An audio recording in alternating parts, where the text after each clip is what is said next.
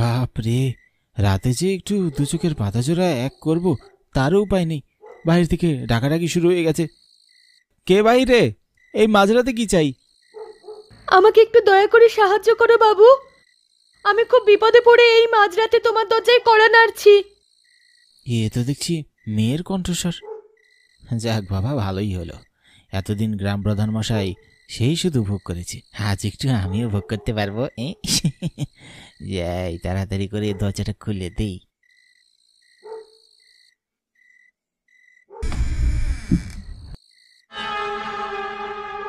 আরে বাবারে, এটা কি? এ তো দেখি ভূত। দেখ তো আমাকে চিনতে পারিস কি না? তোমাকে আমি কি করে চিনবো? তুমি তো ভূত। তোকে আর ভয় পেতে হবে না, আমি তোকে নিয়ে যেতে এসেছি। মানে কি চাই তোমার? তোরা যারা যারা আমার সর্বনাশ করেছিলি তাদের মৃত্যু চাই, মৃত্যু। গ্রামের কাউকে আমি বাঁচতে দেব না, কাউকে না। এক এক করে সবাইকে শেষ করে ফেলবো। এই পুরো গ্রামকে শ্মশানে পরিণত করব আমি। তুমি এমনটি করো না। কেন কেন এমন করব না? তোরা আমার সাথে যখন এমন করেছিলিস আমিও তোদের সেদিন নিষেধ করেছিলাম। তোরা কি শুনেছিলিস আমার কথা? কে তুমি? বারবার কেন তুমি এইসব বলছো? আমরা কি করেছি তোমার সাথে? ভালো করে দেখ আমার মুখের দিকে, দেখ চিনতে পারিস কি না। মনিকা, তুই কি করে এখানে এসেছিস? তোকে তো আমরা সবাই মিলে আগুন লাগিয়ে দিয়েছিলাম গাছের সাথে বেঁধে, তাহলে তুই কি করে এখানে আসলি? প্রতিশোধ নিতে এসেছি আমি। না না, তুই আমাদের সকলকে ক্ষমা করে দে। এমন ভুল আমরা আর কখনো করবো না, কখনো না। কিন্তু এর বিনিময়ে তুই আমাদের প্রাণ নিতে পারিস না। এখন আমার যা মন চায় আমি তাই করব। তোরা কেউ আমাকে আটকাতে পারবি না, কেউ না। তোর সময় শেষ হয়ে আসছে ধলা, এখনই মরতেই হবে তোকে। না না না, তুই আমাকে মারিস না। তুই যা বলবি আমি তাই শুনবো, কিন্তু তুই আমাকে মারিস না। হ্যাঁ, আমি বাঁচতে চাই, আমাকে বাঁচতে দে। ঠিক এভাবেই গ্রামের প্রত্যেকটা বাড়ি পুড়ে ছারখার করে দেব আমি। কাউকে ছাড়বো না, কাউকে না।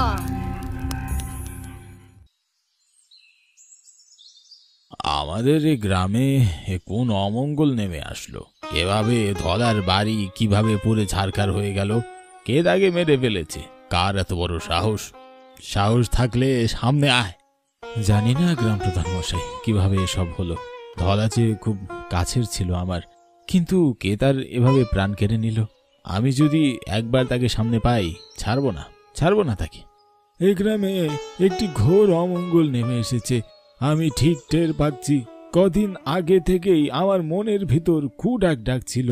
মনে হচ্ছিল এমন কোনো একটা অঘটনই ঘটবে, আর ঠিক তাই হলো। এর মূলে ঠিক কে আছে পুরোহিত মশাই? আমি সাধারণ একজন পুরোহিত বাবা, আমি অত শত কিছু জানি না, কিন্তু শুধু এটুকু টের পাচ্ছি যে গ্রামে ঘোর অমঙ্গল আসছে। কেন? এর উত্তর আমার কাছে নেই, কিন্তু গ্রাম প্রধান, তুমি একটু সাবধানে থেকো। তুই এক কাজ কর, বাড়িটা তো পুরে একেবারে ছারখার হয়ে গিয়েছে, তুই একটু ভিতরে গিয়ে দেখ কোনো প্রমাণ পাস কিনা। ঠিক আছে, আপনি এখানেই দাঁড়ান। এ কি, পুরো বাড়িতে যে আগুন জ্বলে উঠলো, এ কি করে সম্ভব? ঘোর অমঙ্গল, এ তো দেখছি অনেক বড় অমঙ্গল নেমে এসেছে এই গ্রামে। তাড়াতাড়ি এখান থেকে চলুন, নয়তো আমরা আবার পুরে ছারখার হয়ে যাব। আগুনের শিখা সময়ের ব্যবধানে ক্রমেই বেড়ে উঠছে, আর ঠিক হবে না এখানে থাকা। তাড়াতাড়ি চলুন এখান থেকে। চল তাড়াতাড়ি এখান থেকে চল।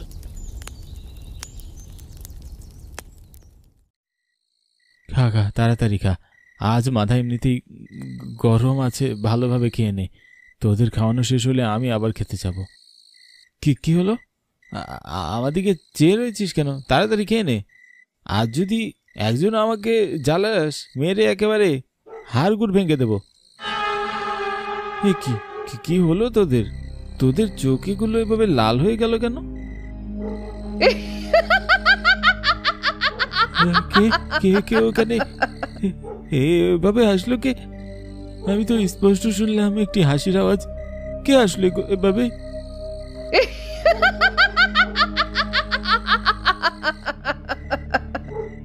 কি হচ্ছে এসব? কে কে আসছে এভাবে? সামনে এসো সাহস থাকলে। এই দেখ, তোর সামনেই দাঁড়িয়ে আছি। আমি হাসছিলাম এতক্ষণ।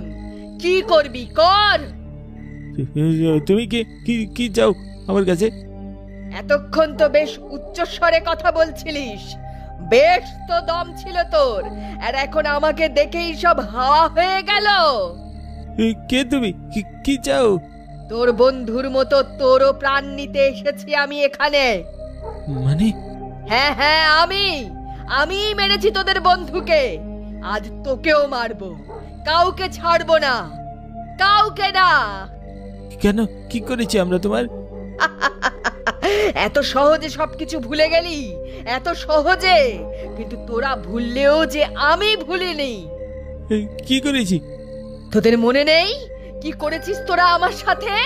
একটা ঘরে বন্দি করে তুই আর ধলা বাইরে থেকে সব অন্যায় হতে দেখলি। তারপরে তোরা সবাই মিলে আমাকে কলঙ্কিনী বলে পুড়িয়ে দিলি। আর কি ভেবেছিস আমি সব মুখ বুজে সহ্য করব? কিছুতেই না। আমি আমার প্রতিশোধ নেবই। আর দেখ, আমি ফিরে এসেছি।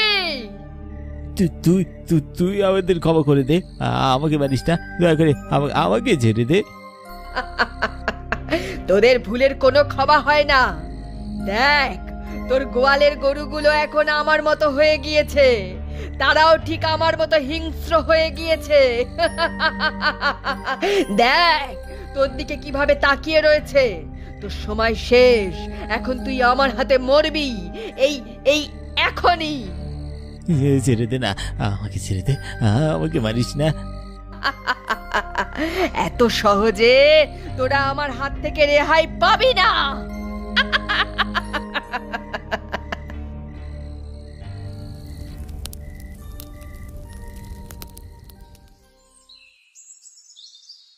আজ এত সকাল হয়ে গেল, তারপরও রতনের কোনো দেখা নেই।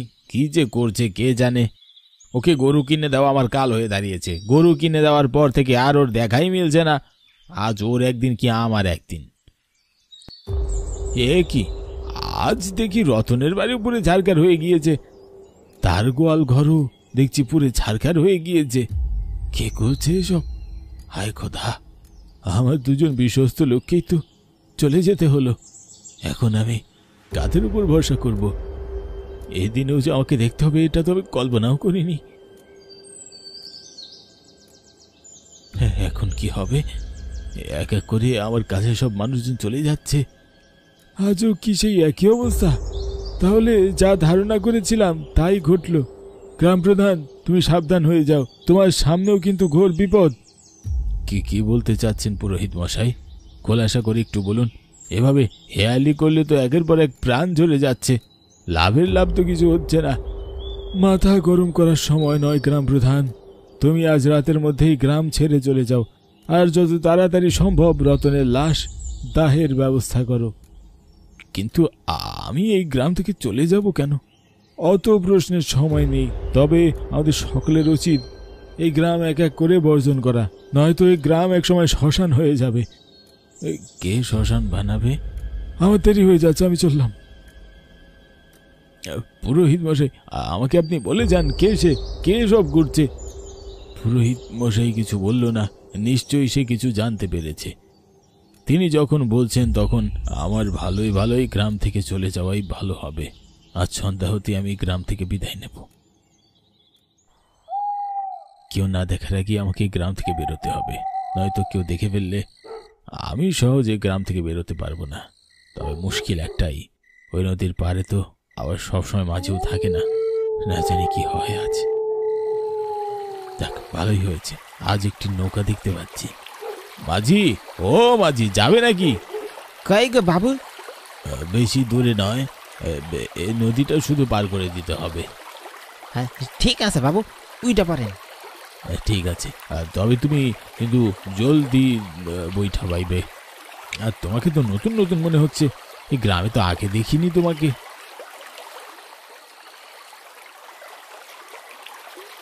ঠিকই কইছেন বাবু, আমি আগে এই গ্রামে কখনো আসি নাই, আজই প্রথম আসছি।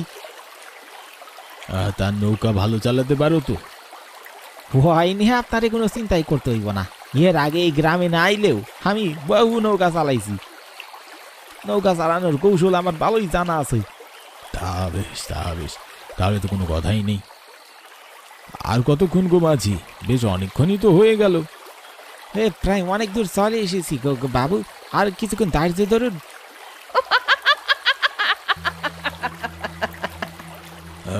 কে আসছে এভাবে? এত মনে হইতেছে কোনো মাইয়া। তাই তো, কিন্তু এই নদীর মাঝ বরাবরের আশেপাশে তো কেউ নেই, তাহলে হাসছে কে? আরে বাবারে, এই তো দেখি ভূত, পালা। এই দেখ, আমি হাসছিলাম। খুব দেখার শখ না কে হাসছিল? দেখতে পেয়েছিস এখন? কে তুমি? চিনতে পারিসনি আমাকে? কে আমি? মনিকা, তুই? এই তো চিনতে পারলি। চিনতে এত সময় লাগলো? ছেড়ে দে আমার, মারিস না, আমার মারিস না। এত তাড়াতাড়ি বুঝে গেলি আমি তোকে মারতে এসেছি? বাহ, খুব বুদ্ধি তো তোর। তাহলে নিশ্চয়ই এটাও বুঝে গিয়েছিস আমি সেই যে ধলা আর রতনকে মেরে ফেলেছি। আমার ভুল হয়ে গিয়েছে মনিকা, তুই মারিস না, আমাকে মারিস না। আমি তোদেরকেও ছাড়বো না। তোর দুই চামচাকে মেরেছি, এখন তোকেও মারবো। এরপর আস্তে আস্তে পুরো গ্রামবাসীকে আমি মেরে ফেলবো।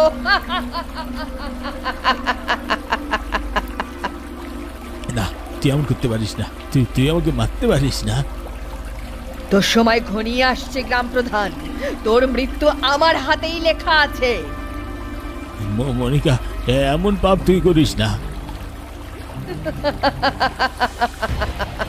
পাপ তো তোরা করেছিস, আর সেই পাপের ফল তোদের ভোগ করতে হবে। তোর সময় শেষ গ্রাম প্রধান। ছেড়ে দে মনিকা, আমায় ছেড়ে দে। ভীষণ কষ্ট হচ্ছে আমার, দম বন্ধ হয়ে যাচ্ছে।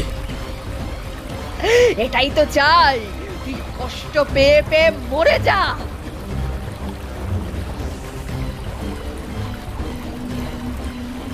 রে বাবারে, মেরে ফেললো গো, কেউ কেউ বাঁচাও। চিৎকার করে কোনো লাভ নেই মাঝি। ওরে বাবা, তুমি আমার দিকে আসতেছো কেন? হ্যাঁ, আমি তো কিছু করি নাই, এ গ্রামে তো আমি নতুন আসিছি।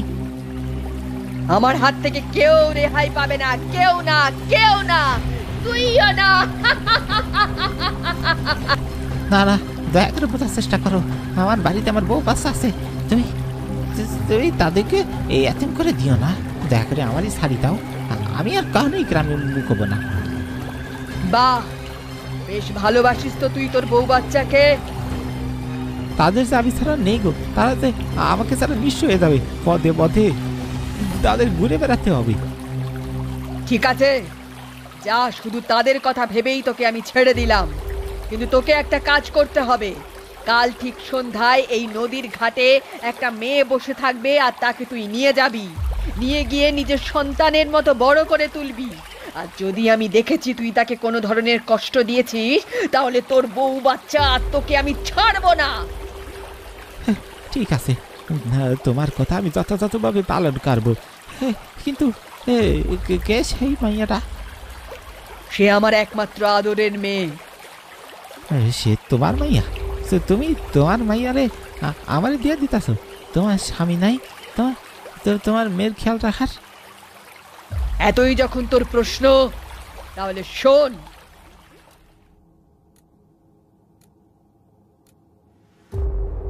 যাও, চলে যাও এখান থেকে। তোমার মুখ আমি দেখতে চাই না। এমন বাবা থাকার থেকে না থাকাই ভালো, যে তার সন্তানের কোনো খোঁজ খবর রাখে না, সারাটা দিন পরনারী আর নেশা ভার নিয়েই থাকে। ঘরে স্ত্রী বাচ্চা রেখে লজ্জাও করে না বাইরে এসব করে বেড়াতে। ছি, এমন দুশ্চরিত্র মানুষ থাকার থেকে না থাকাই ভালো। যাও, বেরিয়ে যাও, এ বাড়িতে তোমার কোনো ঠাঁই নেই। তোকে কে বলেছে আমি পরনারী নিয়ে থাকি? এসব কথা বলতে হয় না গো, বাতাসেই এসব কথা ভাসে। তা নিয়ে থাকি বেশ করি, তোর তাতে সমস্যা কিসের? ছোট্ট মেয়ের সামনে এইসব কথা বলতে তোমার লজ্জাও করে না? ছি, দুশ্চরিত্র পুরুষ মানুষ, তোমাকে আমার স্বামী বলে পরিচয় দিতে আমার লজ্জা করে। তোমার আর এক মুহূর্তে এখানে দাঁড়িয়ে থাকার অধিকার নেই, বেরিয়ে যাও এখান থেকে। হ্যাঁ, ওই তো পেয়েছিস এক বাপের ভাঙ্গা জোড়া ভিটে।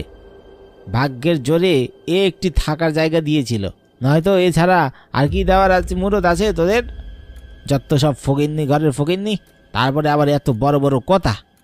থাকলাম না এ বাড়িতে, তোর বাপের বিরাতে তুই থাক, চললাম আমি। হ্যাঁ হ্যাঁ হ্যাঁ, তাই তো চাই। আমার বাপ তো তাও একটি ভাঙাচোরা ভিটে দিয়েছিল, আর তুমি কি করেছো এই জীবনে? ভাঙাচোরা একটা বাড়িও তো করতে পারোনি, কাজের মুরদ নেই, আবার বড় বড় কথা বলে।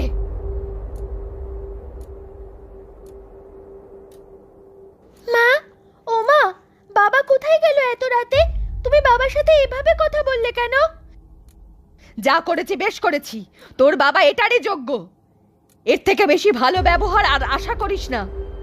বিয়ের পর থেকে এই মানুষটা আমার জীবন জ্বালিয়ে পুড়িয়ে ছারখার করে দিয়েছে, কোনোদিন একটু শান্তিটুকু দিতে পারলো না, তার সাথে আবার কিসের ভালো ব্যবহার? শুধু বাপের বাড়ি থেকে এনে দিতে পারলে খুব ভালো, আর না এনে দিলেই মন্দ। নিজের একটা বাড়ি করানো মুরদ নেই, আমার বাবা একটা বাড়ি দিয়েছে, তাও নাকি তার কাছে ভাঙাচুরো।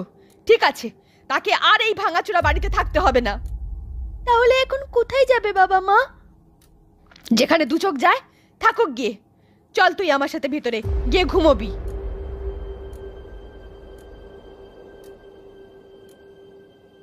কি গো রাম, এত রাতে কোথায় যাচ্ছ? কোথায় আবার যাবো গ্রাম প্রধান মশাই, যেদিকে দু চোখ যাই সেদিকেই যাচ্ছি। কিন্তু কেন? মনিকা যে আমাকে বাড়ি থেকে বের করে দিয়েছে, সে যে চায় না আমি ও বাড়িতে থাকি। আহা, তাই নাকি? হ্যাঁ গ্রাম প্রধান মশাই, আমার দেরি হয়ে যাচ্ছে, আমি চলি। কিরে ধলা, বাড়ি আছিস? ভালোই হলো, আজ দেখি তোরা দুজনেই একসাথে আছিস। কি গো গ্রাম প্রধান মশাই? হ্যাঁ, মেঘ না চাইতেই জল এসে পড়েছে রে। আজ দেখলাম রাম তড়ি ঘড়ি করে কোথাও যাচ্ছে, আর ওদিকে মনিকাও একা বাড়িতে। তাই নাকি? একদিন আমাকে ভীষণ তেজ দেখিয়েছিল, আজ তার প্রতিশোধ দেব। চল, তোরা গিয়ে তাড়াতাড়ি করে মনিকাকে ডেকে নিয়ে আয়, বলবি যে আমার ভীষণ অসুখ করেছে, তাহলে সে আসবে, আর আমি তাহলে বাড়ি যাচ্ছি।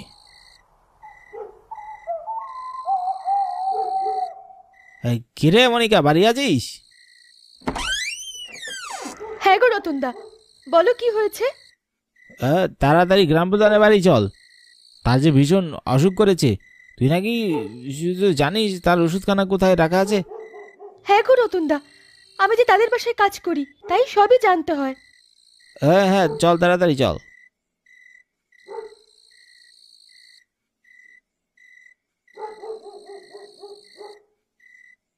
ছেড়ে দে আমাকে, ছেড়ে দে। মিথ্যে কথা বলে তোরা আমাকে এখানে নিয়ে এসেছিস। ছেড়ে দে বলছি, ছেড়ে দে আমাকে। দুশ্চরিত্রা মহিলা, মাঝরাতে স্বামীকে বের করে দিয়ে আমার ঘরে, হ্যাঁ? কি ভেবেছিস কি তুই? দেখ তোর কি অবস্থা হয়। আজ তুই মিথ্যে কথা বলে পার পেয়ে যাবি গ্রাম প্রধান, কিন্তু মনে রাখিস আমি তোকে ছাড়বো না। কি করবি তুই আবার? একটা দুশ্চরিত্রা মহিলা, তার আবার বড় বড় কথা। তোমরা এদের কথা শুনো না, কেউ আমাকে বাঁচাও, আমার শরীর পুরো ছারখার হয়ে যাচ্ছে, আমার বাড়িতে একটা সন্তান আছে, তোমরা আমাকে কেউ বাঁচাও। চি চি, এমন কিছু তোর থেকে আশা করিনি। তোর স্বামী যেরকম দুশ্চরিত্র পুরুষ, তুইও তেমন দুশ্চরিত্রা মহিলা। তোরা দুজন মিলে শুধুমাত্র এই ফুটফুটে সন্তানদের জীবন নষ্ট করে দিলি। না গো লঘু দাদা, আমি কিছু করিনি, তুমি বিশ্বাস করো। আজকের পর তোদের আর কেউ বিশ্বাস করবে না মনিকা, কেউ না।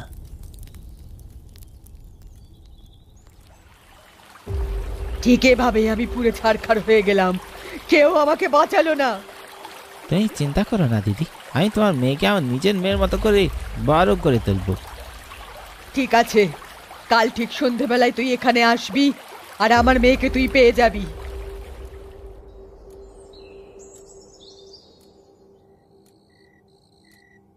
কে কে কে তুমি? মোহিনী, আমি যে তোর মা। মা, তুমি ফিরে এসেছো? এতদিন তোমাকে আমি অনেক খুঁজেছি, কিন্তু কোথাও পাইনি জানো। তুই তো আর আমাকে পাবি না মা, কাল ঠিক সন্ধেবেলা এই নদীর পাড়ে গিয়ে দাঁড়াবি। তোকে একজন লোক নিয়ে যাবে, ভয় পাবি না একদম, সে তোর কোনো ক্ষতি করবে না। না মা, আমি তোমার সঙ্গে যাব। জেদ করিস না মা, আমার যাওয়ার সময় হয়ে গিয়েছে। তুই ঠিক কাল সন্ধেবেলায় ওখানে গিয়ে দাঁড়িয়ে থাকবি।